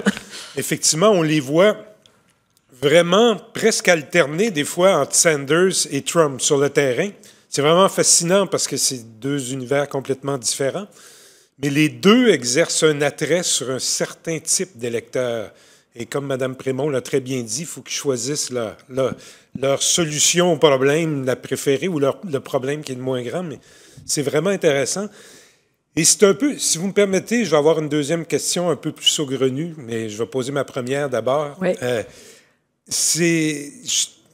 travers toute la description que vous avez faite des courants et des différences de courants politiques, moi, c'est la question que je me pose ultimement, parce que on dit souvent, en tout cas, moi, je l'ai entendu, vous connaissez ça plus que moi, mais j'ai entendu beaucoup dire qu'au fond, le Parti républicain tel qu'on le connaît est quelque part en sursis sur le long terme, à moins qu'il change. Parce que vous dites, Mme Vallet, oui, certains États du Sud deviennent plus républicains. C'est vrai et pas. Au Texas, par exemple, avec la montée des Latinos, toutes les villes sont démocrates maintenant, sont sous des administrations démocrates. Et c'est ça, je voudrais vous entendre là-dessus. Comment expliquer qu'on dit que, sur le fond, il y a peut-être que les États-Unis s'en vont un peu moins à droite, mais dans les faits, c'est exactement le contraire qui se passe. C'est-à-dire que tous les États, comme quelqu'un l'a dit très justement, sont largement contrôlés par les républicains. La Chambre des représentants, évidemment, même le Sénat. Je ne sais pas ce que ça vous amène comme réflexion, mais j'ai l'impression qu'il y a des forces quand même contradictoires qui s'affrontent en ce moment. Première question, on va revenir à la deuxième après. Si tu permets, Michel, après la première question, je vais aller à madame qui était là, on va revenir à ta deuxième après. La deuxième, c'est pour le plaisir, OK? Pour le plaisir, OK, on va finir. Alors, qui veut commencer? Alors, Frédéric.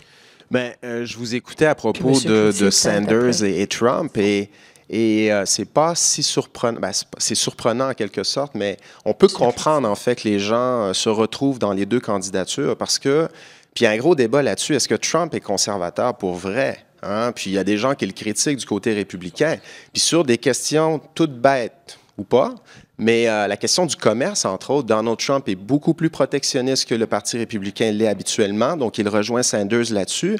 On l'a déjà entendu dire aussi, un système de santé universel, pourquoi pas, ça fonctionne au Canada après tout. Sanders dit la même chose.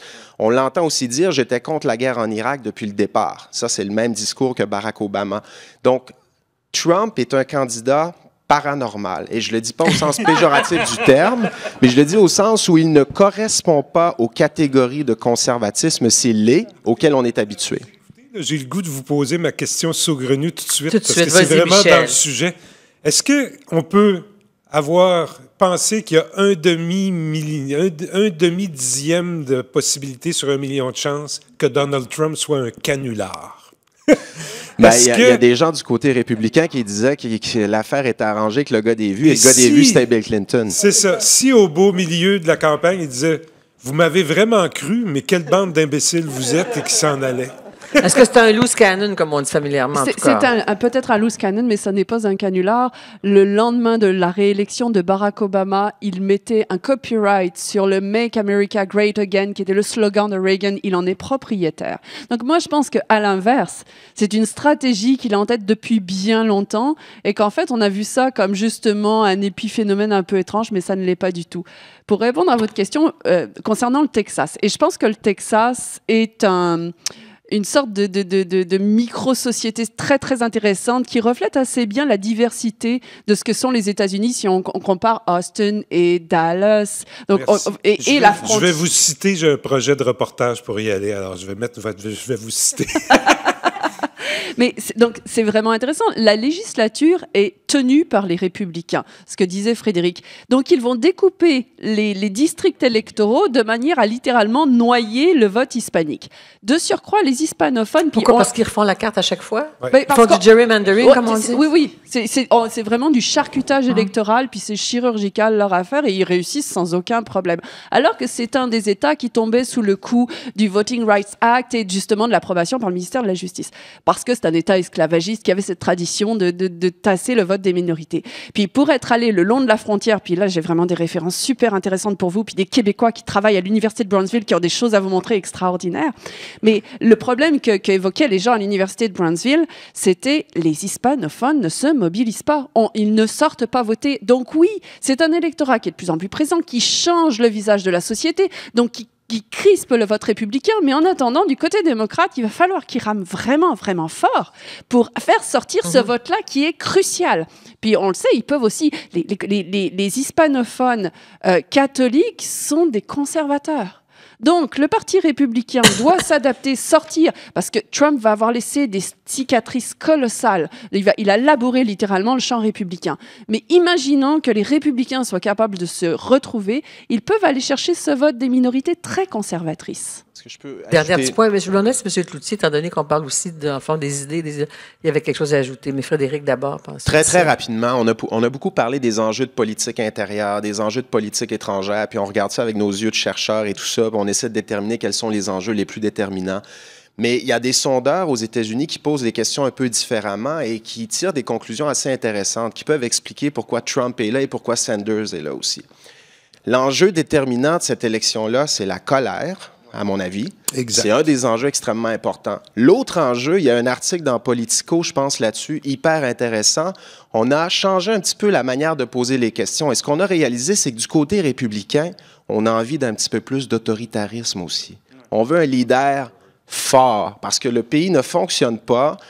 Obama est vu comme un président faible. Bush, avant lui, a été vu comme un président faible aussi sur des questions comme l'avortement, le mariage gay. Il a dit des choses qu'il n'a pas faites. Et on est écœuré, entre guillemets, de ce système verrouillé. Les taux d'approbation du Congrès sont de 13 %, donc le Congrès est moins populaire que les cafards et que l'État islamique, pratiquement. On veut autre chose. Il y a de la colère et on veut que le système soit un petit peu plus huilé et qu'un leader fort puisse faire réellement ce qu'il promet de faire à cette société-là. Et ça, on n'en parle pas, mais c'est là. Ils veulent Poutine. Ils veulent quelque chose d'un peu plus semblable, peut-être. Pas tous, mais certains, ça sort dans les sondages. Alors, je vais aller quand même à la question, si vous voulez bien. Est-ce que vous gardez vos idées, qu'on fera un tour de piste? Oui. C'est en fait une question via Twitter de Benjamin Boutin. Oui. Et la question est, quel serait l'impact de la victoire d'Hillary sur la politique domestique et étrangère américaine par rapport à l'ère Obama? Alors, Julien? On peut faire simple sur la politique étrangère. Hein. Elle s'inscrirait très clairement dans la tradition d'Obama, en étant peut-être un petit peu plus ferme et un petit peu plus encline à utiliser l'appareil militaire. On peut imaginer que sur le dossier syrien ou un dossier similaire à la Syrie, elle n'hésite pas, contrairement à Obama, à utiliser la force armée. Après, elle n'irait pas non plus faire du carpet bombing. Elle serait tenue quand même, en tant qu'ancienne secrétaire d'État, à ne pas rompre avec l'héritage d'Obama, donc à faire preuve dans les faits d'une certaine prudence, mais peut-être dans sa rhétorique, pour un peu répondre à cette ambiance populaire de colère, d'inquiétude, de se montrer beaucoup plus ferme, beaucoup plus résolu que Barack Obama, qui est d'ailleurs critiqué, hein, là aussi, dans sa rhétorique à l'interne. C'est pour ça qu'il a fait son discours depuis le bureau ovale en décembre, rappelant que sur le terrorisme, il avait agi, que c'est le président qui a fait éliminer Ben Laden. Et ce qui est intéressant à cet égard-là, sur le terrorisme, et puis je reviens un peu à ce que disait M. David, c'est de voir comment Barack Obama va essayer d'influencer le débat public au cours de sa dernière année. Et on voit que sur le terrorisme, il est très ambitieux, c'est un peu comme sur les armes à feu dans le fond. Il essaye de rappeler aux Américains deux choses. La première, c'est que son administration a été ferme sur le dossier. Hein. C'est pas un flanc mou. Et ça, il le rappelle assez volontairement. La deuxième chose qu'il rappelle, et il a dit très fortement et très ouvertement dans son discours sur l'état de l'Union, son dernier, il y a quelques jours, c'est que le terrorisme n'est pas une menace existentielle à la sécurité des États-Unis. Alors, est-ce qu'on est dans un contexte où ce type de message, je pense ici, tout le monde est d'accord pour dire qu'il a raison, mais est-ce que l'opinion publique américaine est prête à entendre ça? Barack Obama, il a 1 an devant lui pour faire de la pédagogie, il n'a plus grand-chose d'autre à faire. Donc, il va falloir voir comment il travaille là-dessus. Ça va être un sujet intéressant. Est-ce que Karine, vous voulez dire quelque chose? Sur la politique intérieure, je pense que Mme Clinton est beaucoup plus proche d'Obama. Elle se réclame beaucoup, en tout cas, de son héritage, ça c'est sûr. Depuis quelques jours, il y a beaucoup de publicité sur le fait qu'elle se préoccupe d'éducation depuis très, très longtemps, depuis le début de sa carrière. Donc, elle veut aller plus loin. Elle dit qu'elle veut également garder Obamacare et le renforcer, etc. Donc, à cet égard-là, je pense pas qu'il y aurait beaucoup de surprises là, d'une présidence d'Hillary Clinton, à tout le moins sur les questions sociales, sur les questions d'éducation. Ça m'apparaîtrait étrange qu'elle change de voix tout à coup comme ça, alors qu'en politique étrangère, effectivement, il y a peut-être d'autres enjeux. Quelqu'un d'autre veut ajouter quelque... OK, alors Dominique? C'est pas un enjeu majeur, mais c'est un dada personnel. Le rôle, la place de l'enjeu de Cuba dans cette campagne. C'est... j'ai pas le sentiment, je sais pas ce que vous en pensez, mais j'aurais pas le sentiment que c'est un enjeu important, et c'est lié probablement à la démographie de la Floride. Le vieux lobby anticastriste décline. Hein, ça, c'est la loi de la démographie. Les exilés sont de moins en moins nombreux.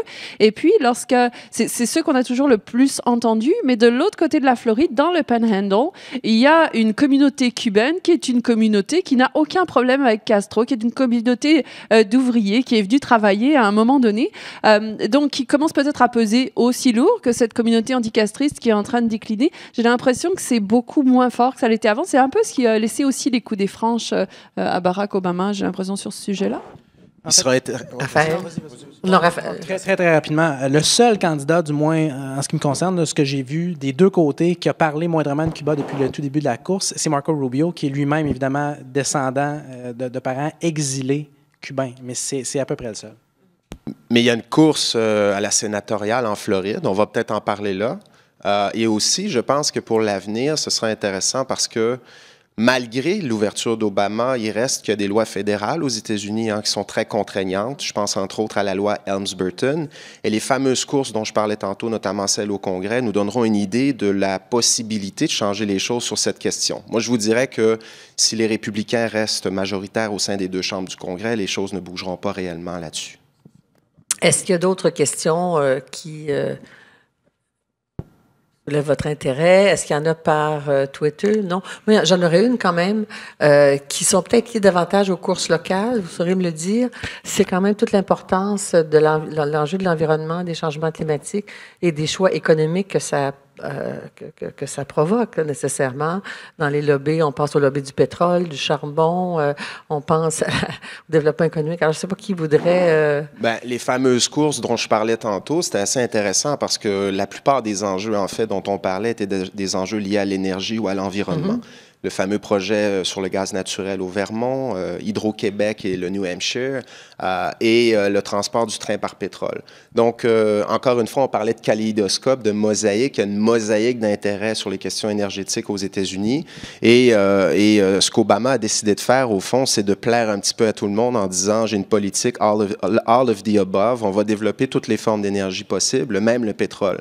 Et c'est assez intéressant parce que ce qui se fait maintenant au Nord Dakota, au Dakota du Nord, dans le Bakken Formation, en frais de production de pétrole grâce à la fracturation hydraulique, a beaucoup changé la donne aux États-Unis sur ces questions-là. Donc, c'est clair qu'on parlera encore d'enjeux énergétiques. Durant la présidentielle, on en parlera un petit peu. Dans le cadre des primaires, évidemment, c'est une grande préoccupation du côté démocrate. Bernie Sanders et Hillary Clinton ont beaucoup parlé des emplois verts, un peu dans la lignée de ce que Barack Obama avait proposé. Mais encore une fois, quelle sera la capacité d'un président, d'une présidente démocrate à changer les choses là-dessus, sachant qu'au Congrès, il y a eu beaucoup de résistance de la part des républicains sur ces questions et qu'on veut faire primer l'entreprise et le profit financier des entreprises avant tout. Très bien. Oui, Sophie? Alors moi, oui, Julien? Juste peut-être une petite chose. J'ai été surpris, alors sauf erreur de ma part, et là on me corrigera, de ne pas entendre les républicains vociférer après l'accord de Paris à la COP21.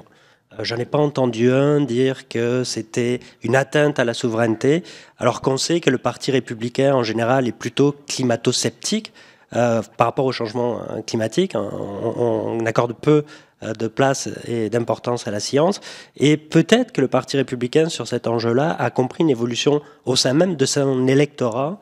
Et si vous regardez aujourd'hui, les jeunes républicains en particulier considèrent que la lutte contre les changements climatiques doit être une priorité. Donc il y a peut-être une prudence de certains républicains à cet égard-là, parce qu'on comprend que sur cet enjeu-là, la population américaine en général, et même certaines composantes assez importantes de l'électorat républicain semblent avoir évolué et compris qu'on ne peut plus faire comme avant. Oui. Mais juste dans le même temps, le dernier sondage Gallup sur la question dit que 49% des républicains pensent que le changement climatique est inexistant ou arrivera plus tard. Donc, il y a quand même encore... moi, j'ai le sentiment qu'ils ont peut-être écarté la COP21 parce que c'est inexistant, c'est inintéressant et... Alors, je vous invite maintenant à tirer des conclusions. Est-ce que je peux vous lancer sur une question plutôt large, à savoir en quoi cette élection pourrait avoir un caractère historique pour le cours de l'histoire, pour le monde qui peut changer selon d'un leadership différent aux États-Unis. Hein, on dit que c'est quand même le leader du monde. Alors, je vous donnerai chacun une petite minute là peut-être pour tirer une conclusion en nous appelant, en nous invitant à observer quelque chose en particulier selon votre prisme à vous. Charles-Philippe? J'aimerais, parce que moi, je vais revenir en politique intérieure, étant donné que tout le monde commentait politique étrangère. Est-ce que la majorité silencieuse, calme, va l'emporter sur la minorité ou enfin la classe enragée qui s'exprime actuellement dans l'élection? Je voudrais juste rappeler que l'élection présidentielle ne se joue pas la base démocrate contre la base républicaine, aussi occupant le terrain est-elle ou fut-elle. C'est une grande majorité d'Américains qui doit, petit a, décider d'aller voter. Alors ça, c'est déjà un grand défi pour les deux candidats. Et là-dessus, parenthèse, je crois que Madame... C'est quoi le taux de participation? Taux de participation, Elisabeth pourra mieux commenter que moi, mais c'est en gros 50% des Américains au mieux, ou à peu près, votent une personne sur deux, historiquement, dans les 20 dernières années, disons.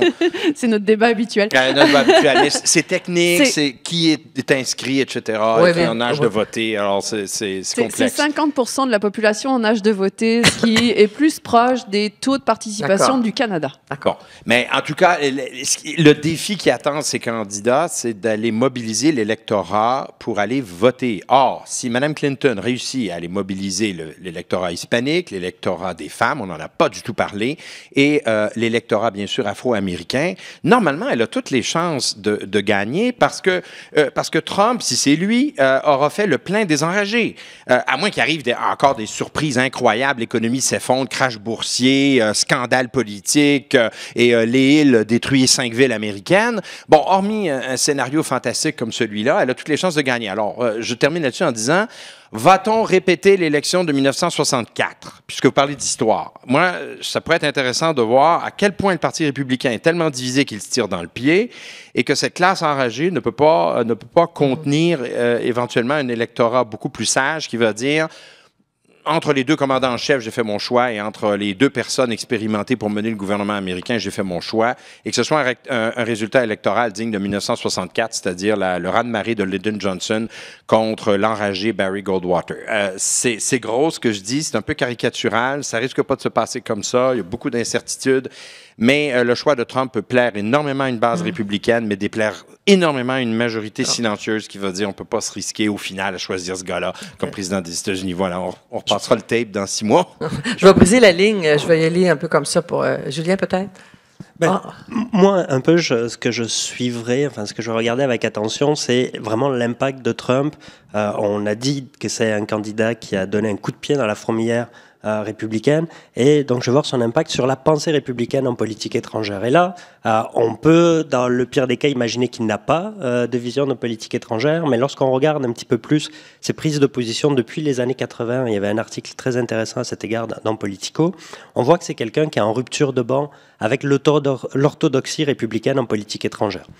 Cette orthodoxie, c'est simplement de dire, et vous écoutez tous les candidats, à l'exception de Ron Paul, mais qui compte plus trop vraiment, c'est de dire il faut affirmer le leadership des États-Unis sur la scène internationale, et pour ce faire, on doit investir dans notre appareil militaire et avoir un outil de défense particulièrement fort.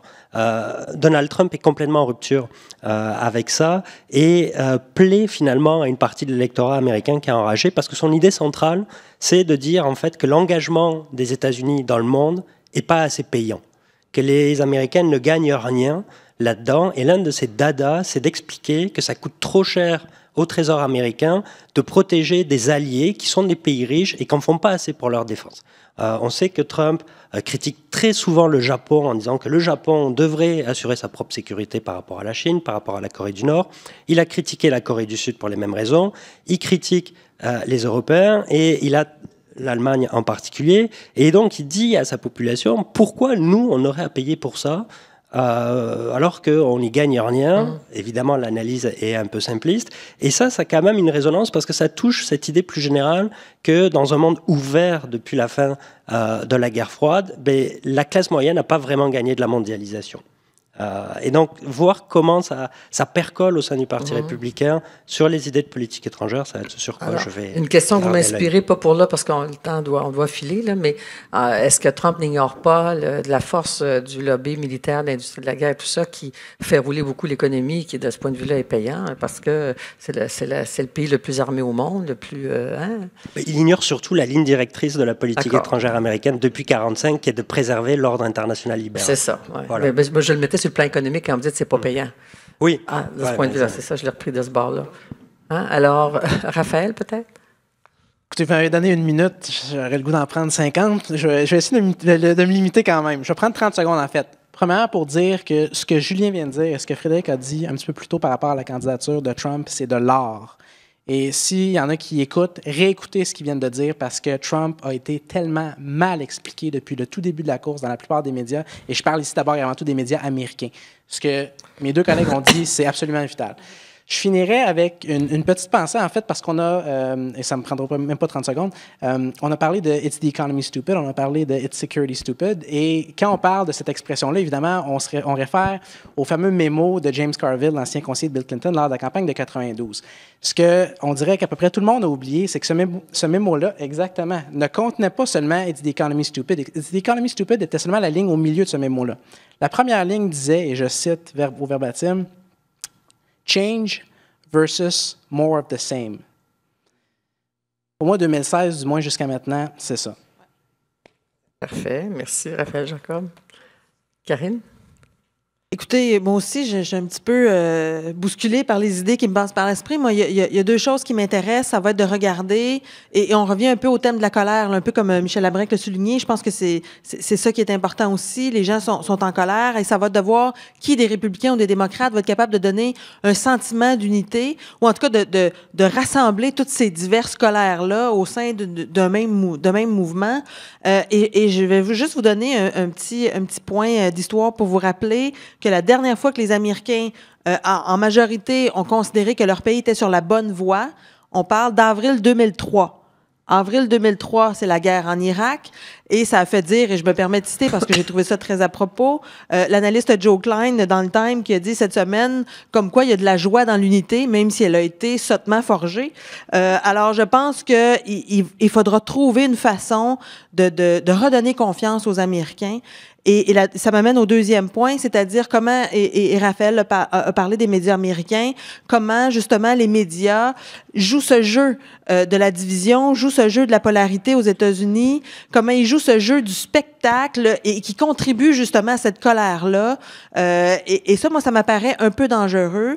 Toute la question des médias sociaux aussi, est-ce qu'on va réussir à mobiliser comme Obama le fait avec ces médias sociaux-là, ou si c'est devenu un outil comme un autre?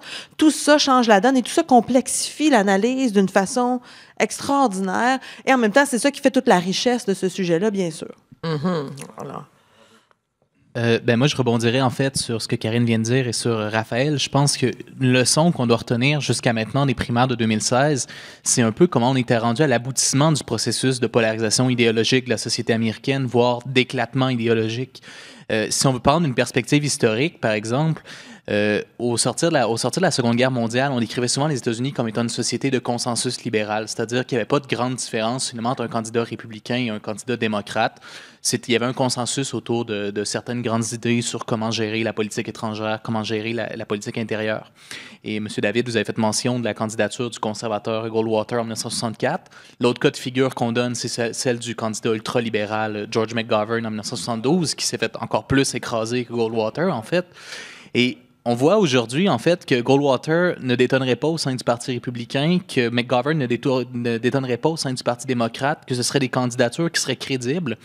Et, mais j'en parlais justement, je me rappelle, on s'en parlait, Raphaël, qu'on s'est vu il n'y a pas longtemps, c'est par exemple Marco Rubio, qu'on nous présente comme un candidat modéré pour le Parti républicain. Avez-vous seulement pris la peine de regarder sa plateforme électorale? On parle de quelqu'un qui est ultra-conservateur, sans compromis, entre autres sur les questions de politique étrangère, mais aussi sur les questions de politique intérieure, sur le rapport aux questions morales également. Donc, c'est vraiment, je pense que on est vraiment une société... le processus de polarisation est très entamé au sein de la société américaine, et on peut se demander finalement si des candidatures comme celle de Trump et de Sanders ne seront pas appelées à se multiplier finalement au cours des prochains cycles électoraux. M. Obama qui s'en est mêlé en disant que le plus représentatif du Parti républicain, c'était McCain. D'un certain Parti républicain, oui. Certain. C'est comme ça n'existait plus. On parle donc de l'évolution de ce parti. Il y a même un brin de nostalgie, on avait l'impression, dans les propos d'Obama. Ah oui. Mais à venir jusqu'à présent, une des leçons, en fait, c'est que les dirigeants du Parti républicain n'avaient rien compris. En 2012, au lendemain de la défaite de Romney, il y a un texte hyper intéressant de David Frum dans The Atlantic ce mois-ci. David Frum dit la leçon tirée par le Parti républicain au lendemain de 2012, c'était en 2016, il nous faut un Romney, mais avec une position différente sur l'immigration, plus soft sur la question de l'immigration.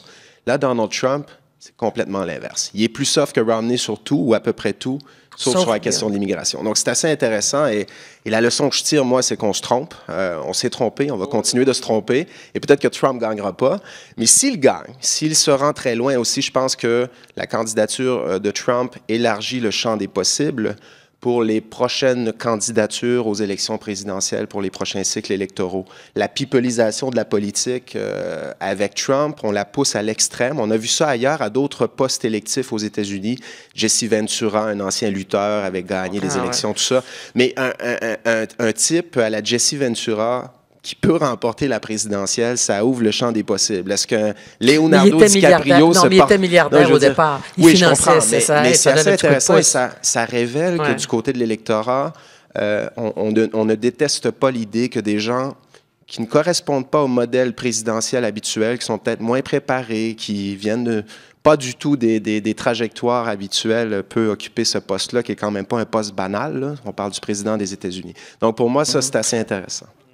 Et j'aimerais peut-être dire, en terminant, inviter les gens présents ici qui aimeraient poursuivre la discussion à participer à notre colloque. On a un colloque sur les primaires le 25 février à la Maison du développement durable. Plusieurs experts américains, européens, certaines personnes assises ici participeront aux discussions.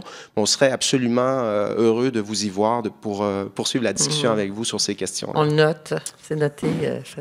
Elisabeth, presque le mot de la fin. Et peut-être pour continuer sur ce que dit Frédéric, on a toute une programmation, on fait des 5 à 7 où on suit les débats, on a vraiment beaucoup de plaisir. Donc ça fait partie des choses où, en buvant une bière, regarder Trump, c'est...